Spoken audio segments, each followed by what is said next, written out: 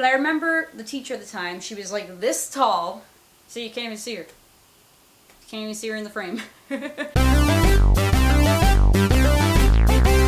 Hey guys, it's Alyssa, and I'm done with school, with college, with everything. And I'm really happy that I'm done with tests and stressing out over essays and projects that have to be done. And I also do not miss stressing out over my grades. I was never the type of student who got bad grades. And bad grades to you are different to bad grades to me. Anything between an 80 to a 100 was a good grade for me. And if I didn't get anything in that range, like I got below that, I always tried to question myself, question what I did. I was raised to know that I did the best that I could, and that next time, just do better. Going to grades in general, not just about me, I hated when professors or teachers would call other students out on their grades, literally pointing them out in class and telling them that they failed, and they're telling them in front of everybody, or they're calling out exactly what their grade was. So I remember in my middle school in 6th grade, in my science class that I took, that we just took like a major exam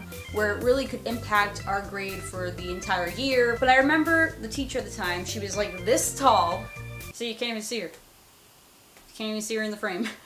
She said for everybody to stand up when she walked into the classroom.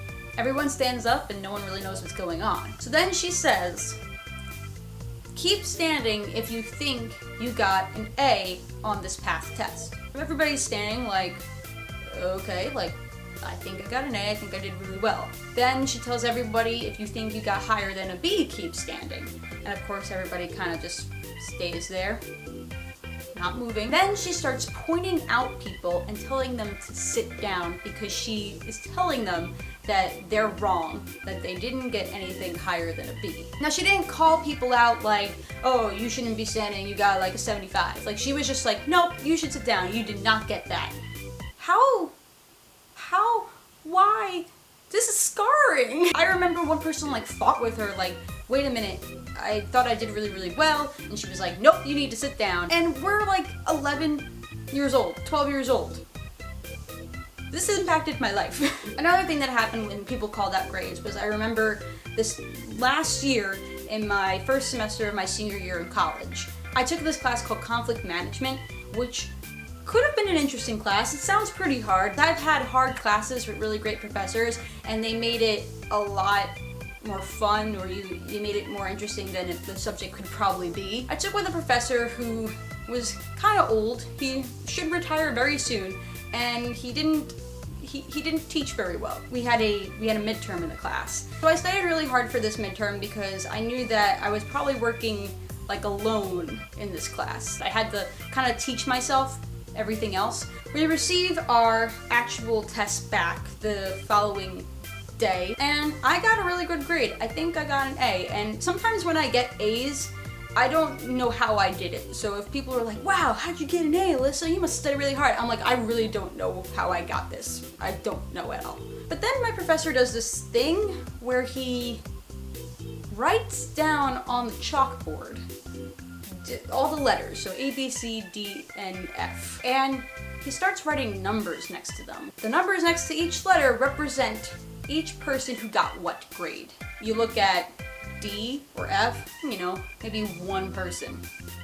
You're like, oh, who is that one person? And then you look at C and B, and those are like kind of higher numbers because those are usually probably the average. And then you look at A, and it says 4 people.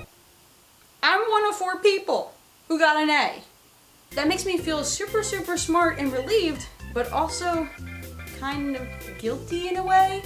So yeah, that's how I feel about grades. I'm happy I don't have to deal with that anymore. I just have to kind of deal with adulthood. You're awesome, I'm awesome, and thank you for watching this video. And if you want, you can hit subscribe, which lets you know when I post videos on this channel, which come out whenever I really want to.